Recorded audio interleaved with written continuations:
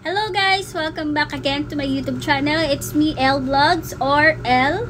By the way, I am agency manager of Wings Club Agency, Bigo Host Philippines, and meron po tayong agency sa Bigo. So, paalala lang po sa mga nanonood po dito or yung mga new user lang po sa Bigo. Meron po tayong agency sa Bigo guys. So, kung gusto nyo pong mag-apply sa ating agency, free po kayong mag-message sa aming official Facebook page and sa aking main account. Pwede nyo po ako message dito guys. So, ayun guys. So, kung wala pa kayong agency, mag-apply na kayo dito guys. So, wala po kayong babayaran dito kahit piso. Free po ang pag-apply sa Bigo Agency. So, ayun. Yes, diba? Alam mo, nakita nyo naman siguro sa title kung ano yung vlog natin dito. So, yes, about po ito sa overseas beans. Yes po, ito po is new update ni Bigo. So, marami din pong nagtaka ng mga host namin dito. Bakit merong ganito? Bakit ganito? Bakit nahiwalay yung beans ko? Nagbulan po ako, ma'am, kung ano, saan po ako magbe-base dito sa aking beans, ganun, ganyan. So, ayun guys, as in, sinagot ko na to sa mga GC namin sa Bigo, sa Messenger, ganun.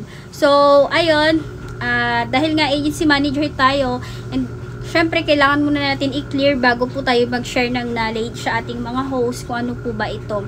So, overseas beans guys, is huwag kayong mag-alala kasi hindi naman po siya nakaka-apekto sa inyong pagpapakota or sa inyong mga beans. Wala naman po siyang apekto, ganun. So, huwag kayong mag-alala, kalma lang guys.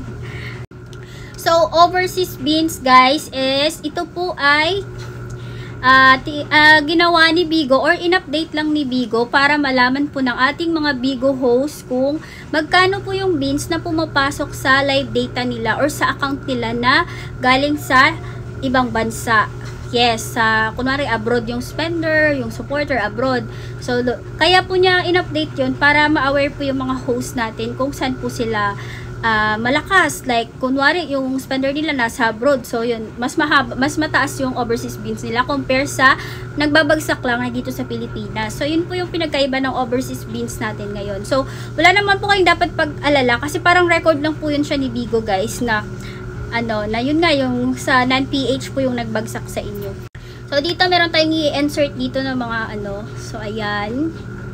Ayan guys. So, makita nyo dyan. So, hindi naman talaga siya kailangang i-worried guys kasi hindi naman siya makaka-apekto. So, ayun. Update lang po yun. And yun, para malaman nyo lang talaga kung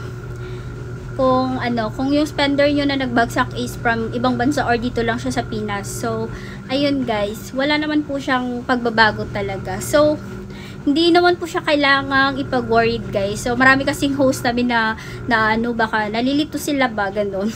So, ayun, mabibase nyo pa rin yung total. I-add nyo lang yung overseas beans and yung isang total ng beans nyo. So, ayun. Kung anong total lang nasa live data nyo guys, makikita nyo naman, di ba? Merong line dyan kung magkano na yung na-reach yun na quota. So, yun pa rin yun guys. So, dun pa rin kayo magbe-base. Wala siyang pagbabago na as in. May binago lang na kaunti. Yun lang. Nilagay niya lang yung total lang kung magkano nabagsak sa iyo from ibang bansa and sa Pinas. So, yun lang naman guys. Wala naman masyadong dapat pag-alala. So, at least diba clear na sa inyong lahat kung ano ba yung overseas beans natin. So, again, para sa mga wala pa pong agency sa Bigo, meron tayong agency sa Bigo, guys. So, ayun, mag-apply na po kayo dito sa Wings Club Agency and nagha-hire po kami ng mga willing talaga mag-live. As in, yung masipag mag-live.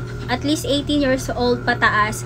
Bawal minor, guys. So, ayun, meron naman tayong mga requirements na pinupost, guys. So, kung gusto nyo, gusto nyo talagang mag-apply sa agency namin, kung wala pa kayong agency, message nyo na po kami. So, thank you for watching this vlog. Bye-bye, guys!